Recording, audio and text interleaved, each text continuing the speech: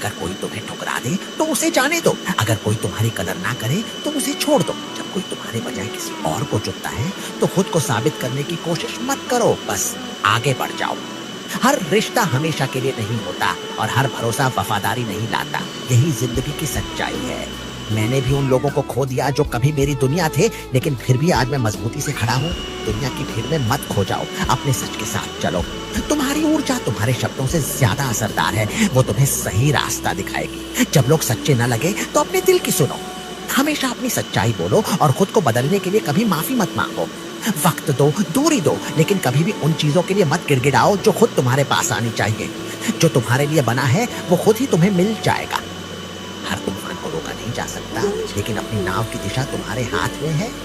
छिपे रहने में भी सुकून पाओ, अनजान रास्ते